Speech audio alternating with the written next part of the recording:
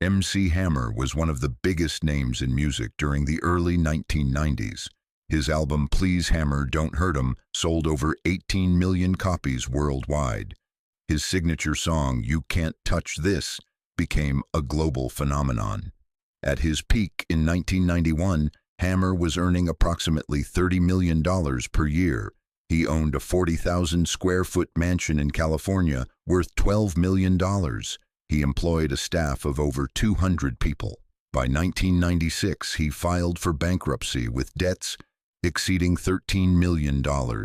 This is the story of how one of hip-hop's wealthiest artists lost everything in less than 5 years. Stanley Kirk Burrell, known professionally as MC Hammer, rose from poverty in Oakland, California. He worked as a bat boy for the Oakland Athletics baseball team before pursuing music full-time. His breakthrough came in 1990 with the release of Please Hammer, Don't Hurt 'Em. The album spent 21 weeks at #1 on the Billboard charts. You Can't Touch This won 3 Grammy Awards and became one of the most recognizable songs of the decade. Hammer's success was immediate and massive. Concert tours sold out worldwide. Merchandise sales added millions.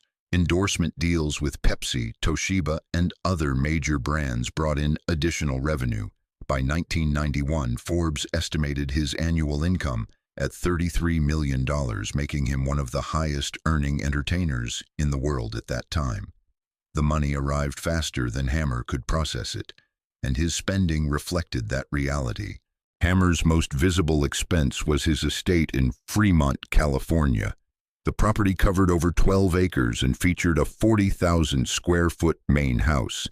The mansion included multiple recording studios, a 17-car garage, 2 swimming pools, a baseball diamond, basketball and tennis courts, and a man-made lake stocked with fish. The estate also housed stables for thoroughbred horses. He purchased the property for an estimated $5 million and spent millions more on renovations and additions. Annual maintenance, property taxes, utilities, and groundskeeping staff cost hundreds of thousands of dollars. The estate became a symbol of his success, but it was also a financial drain that required constant income to sustain. Hammer's payroll became his largest ongoing expense. At his peak, he employed over 200 people. This staff included a personal chef, multiple chauffeurs, bodyguards, assistants, and a full-time construction crew for ongoing estate projects. He also employed numerous backup dancers, choreographers, musicians, and production staff for his performances. Many of these employees were friends and family members from Oakland. Hammer has stated he felt obligated to provide for his community, viewing his success as a way to create opportunities for others. His monthly payroll expenses reportedly exceeded $500,000. That totals $6 million annually just in salaries, before accounting for benefits, taxes, and other employment costs. Unlike athletes or actors with long career timelines, musical success can be fleeting. Hammer's income depended entirely on album sales, tours, and endorsements. When public taste shifted, the revenue stopped, but the payroll continued. Hammer's spending extended beyond real estate and staff. He owned a fleet of luxury vehicles, including multiple limousines and sports cars. He purchased expensive jewelry and custom clothing for performances and personal use.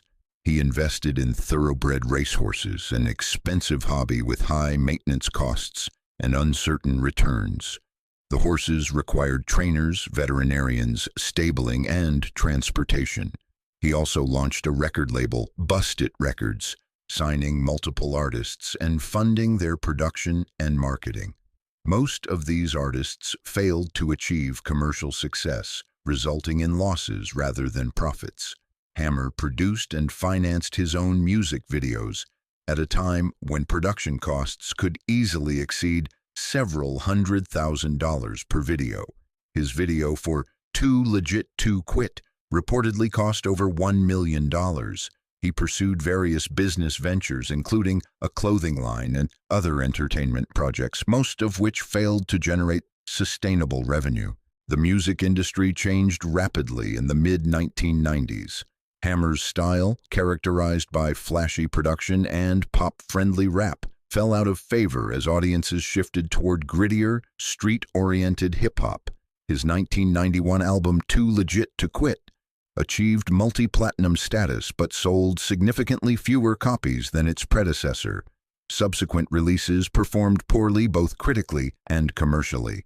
Concert revenue declined as demand for his performances dropped. Endorsement deals ended as his cultural relevance faded. By 1994, his annual income had collapsed, while his expenses remained largely unchanged. Hammer attempted to adapt his image and sound, but the efforts failed to recapture his earlier success. The revenue stream that had sustained his lifestyle essentially disappeared within 3 years. By 1996, Hammer's financial situation had become unsustainable. He owed over $13 million to creditors, including the IRS, former employees, and various business partners. He filed for Chapter 11 bankruptcy in April 1996. Court documents revealed assets of less than $10 million against liabilities exceeding $13 million. The mansion was eventually sold, though not immediately through foreclosure. Hammer attempted to maintain the property for several years before ultimately letting it go. The estate sold for a fraction of what he had invested in it. The cars, jewelry, and horses were liquidated.